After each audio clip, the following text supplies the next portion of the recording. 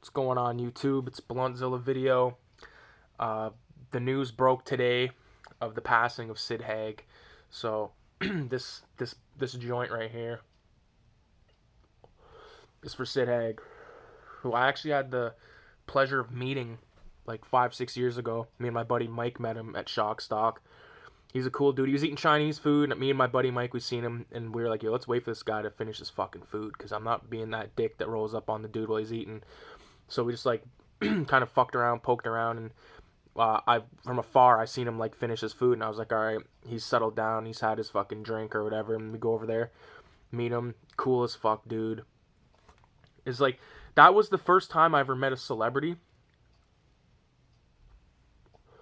and I got this like fucking feeling, like it was the first time I was ever like, you know what, like this is just a dude that's eating Chinese food, but he happens to be a part of something that I hold so near and dear.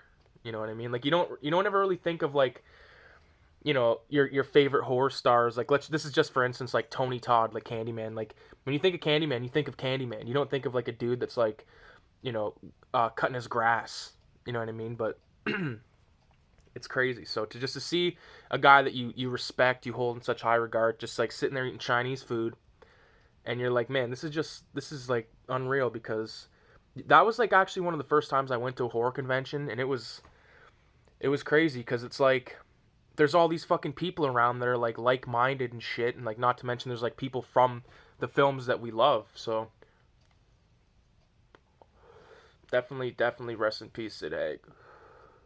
Fucking guys, he was in Coffee, Pam Grier. He was in fucking House with Thousand Corpses, Devil's Rejects.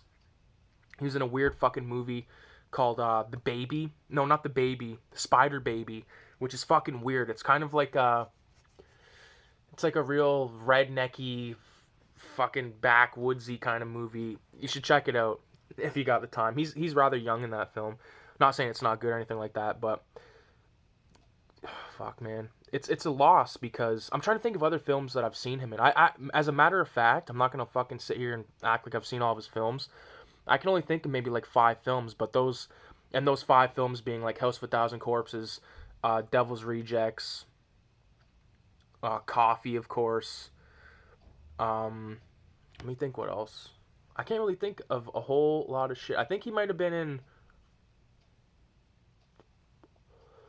I remember seeing him play a bartender in something. That might have been a Rob Zombie property. I'm not sure, but really excited to see Three from Hell, which is his, the final film that's gonna have Sid Haig in it, regarding the Firefly family. And I've heard so many mixed fucking views on this shit. Like, oh, it's good, it's bad. It's like let's fucking see. Up in here in Canada and London, we didn't fucking get it. We did not get that film. It played for 3 nights. We didn't get it at all, which was bullshit, because I wanted to see that fucking horror so bad. I remember like hearing it was gonna be a 3-day release. I'm like, because I've dealt with I've been to a film before when they screened Shin Gojira here, Shin Gojira, trying to sound fucking Japanese. When they screened that motherfucker here, they screened it for one show, and that was it for the whole city. Brutal. I think Three from Hell did 1,000 screens, which is not a lot. I think it's about like it's less than half of the usual. I think a lot of like I'm not saying it's an A picture, but a lot of these A pictures they get like 2,500 screens. You know what I mean? North America. It's insane. So that's my little ode to Sid Haig there. Um, I did see It Chapter 2. Wasn't a big fan of it. I think it had Midsummer Syndrome, which is beginning scene opening was really fucking dope, and the rest of it was just like meh for me. Midsummer, this is how it went. This is the trajectory of Midsummer for me. It was really fucking good at the beginning, and then it was just kind of like this, but it was still good. Still good. Ah, fuck, I just burnt myself. But It Chapter 2, really awesome opening scene. This male fucking these gay bashers bash some gay people, and it's brutal. It's fucking brutal. I'll say that. And I loved it. I loved that they actually put something like that in a movie, and none of those guys got their comeuppance, which reminds me of like Death Wish. where like Jeff Goldblum and his boys, they never get fucking nailed.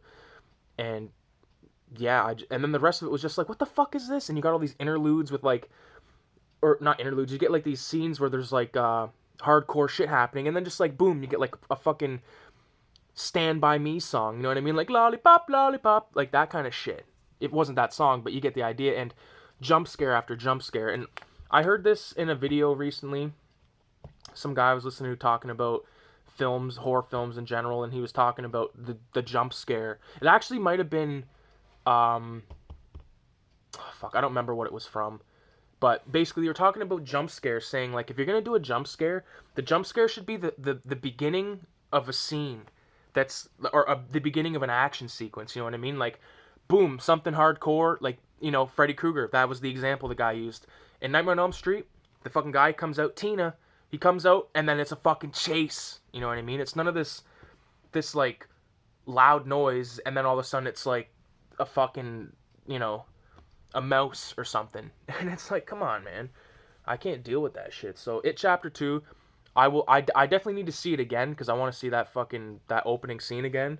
Me and my brother, we already talked about that. We're like, yeah, we got to see that shit again because I went and saw it by myself. He went and saw it, and we both kind of have the same feelings about it. But yeah, on to like a trilogy of films that I watch. I don't really do that, but like last week,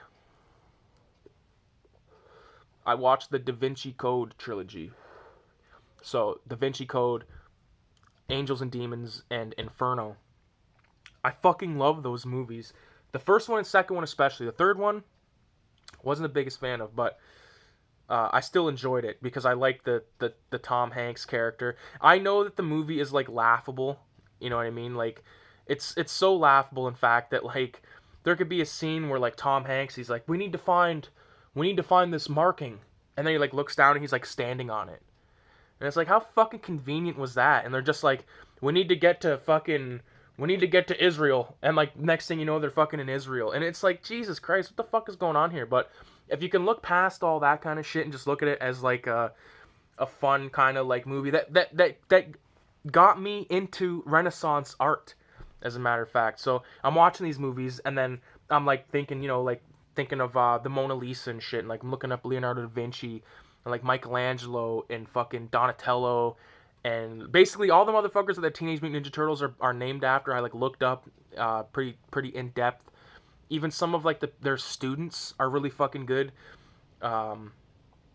It's really like, I just love the process of it, and I love how this art still looks like insanely fucking pristine. But getting to the film, the Da Vinci Code, I think that I seen the movie that makes fun of that movie first, and I think it's Kevin Hart. He's in like Whiteface. I wonder if that would fly right now, Kevin Hart being in Whiteface. Um, I don't know. Was it Kevin Hart? Do you know what movie I'm talking about? I think it might have been Epic Movie or Date Movie or one of those like Scary Movie-esque rip-off type flicks. Jesus Christ. It's so seeing that first kind of tainted my viewing. Like, I'd seen Da Vinci Code before, but it kind of did taint my viewing. So I'm watching it and I'm just like kind of thinking, you know, Kevin Hart fucking whipping himself and shit. But I really like the way it's done. I really love the story, which is like chasing the Holy Grail, and it just happens to, like, spoiler alert, it happens to be this chick who's like the last descendant of Christ or whatever. I'm not a religious fucking person, but I was interested the whole time. So part one is about like the Holy Grail. Part two is about a new pope being elected, and this stolen antimatter is going to explode under Vatican City, but Ewan McGregor, he fucking saves the day, but then he ends up pouring oil on himself because he's a cocksucker.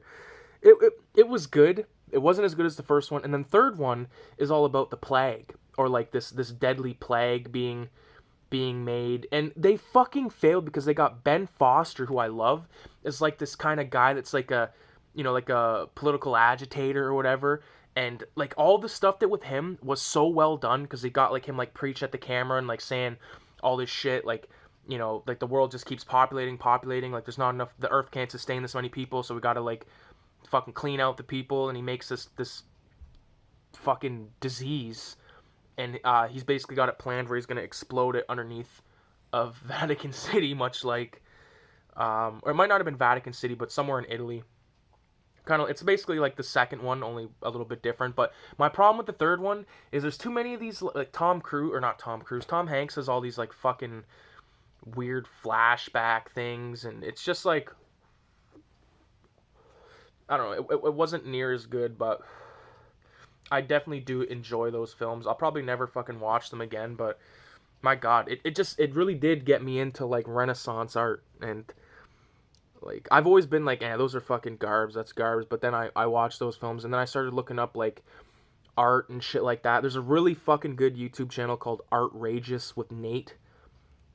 And it's this dude Nate, and he just like talks about art and like really good, well made videos and easy to digest videos, stuff like that. So I'd recommend, if you want to like look into some of that shit, check out Artrageous with Nate for sure. And he'll give you the rundown on like Michelangelo, who's the guy that painted the Sistine Chapel, in a style of art called fresco painting, which is where they paint on top of like wet plaster. And like it's a fucking nightmare. 'Cause I've never been to the Sistine Chapel. I want to go and wear my demon vest in there, but I just, the fact that this guy is 60 feet in the air painting on the roof, like, talk about crick neck or fucking crick back, you know what I mean? I'd be shitting that I was gonna fall. That's what I'm thinking. And like the fucking way that they did this, like they'd have the wet plaster, and then they would like take a big drawing, and they'd put like little fucking dots all over it. Like they'd put the drawing up on the wall, and then they like put dots on it, so they have like the outline. And nuts, man, fucking brutal. It's like this is 600 years ago they were doing this shit. Not only that, but getting back to Leonardo da Vinci, like there's like a fucking ton of notes by this guy, and it's like this is the guy that painted the Mona Lisa. That's not my favorite painting by him. My favorite painting by him is the painting of Saint John. I think it's Saint John. It's that really creepy, fucked up faced one. Like it's straight out of a horror film. That's my favorite one that he's done. That, and I love the Last Supper. I love the idea of the Last Supper. I love how there's like this thing, like if you line up all the loaves of bread and the placement of the hands, and you put like musical, like the musical, like the 5 thing for music notes, like when you read sheet music, the loaves of bread in the hands, they make a tune if you play it in reverse, which is fucked, because like, I've never personally heard it myself, but like if you take like a record and you play it in reverse, you hear like Satan. I know that shit from Little Nicky. If you've ever seen Little Nicky with Adam Sandler, they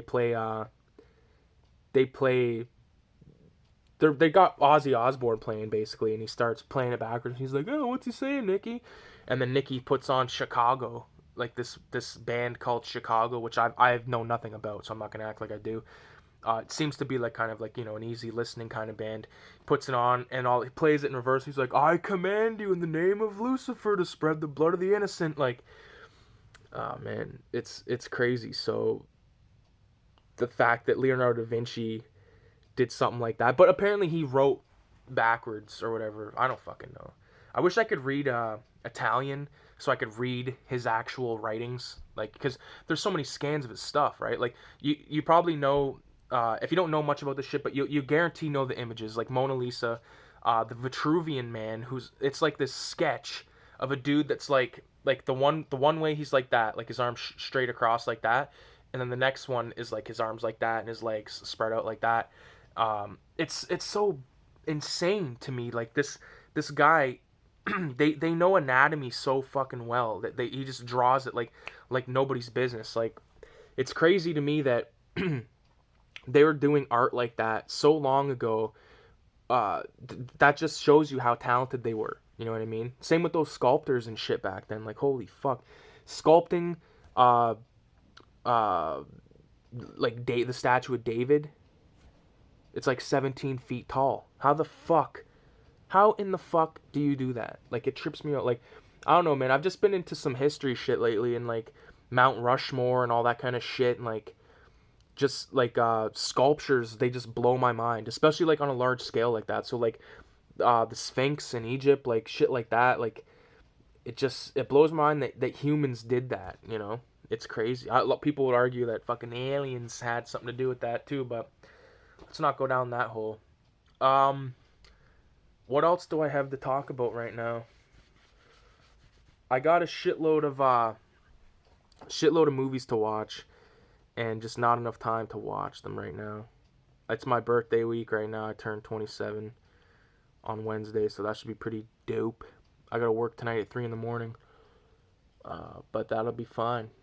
So, I really appreciate people hanging out, watching these videos, because it's been a while since I made one, and I was like thinking about, because I watch a shitload of YouTube videos, and I'm often like, oh fuck, well I wish this guy would make a video. I wish this guy would make a video, and I was thinking, what if there's some fucker out there that's like thinking that about me? Like I wish that guy would make a video. So here it is. I hope that it was something you could definitely enjoy. So thanks for watching. There's my little talking about movie shit. Rest in peace, Sid Haig, man, for sure. So thanks for watching.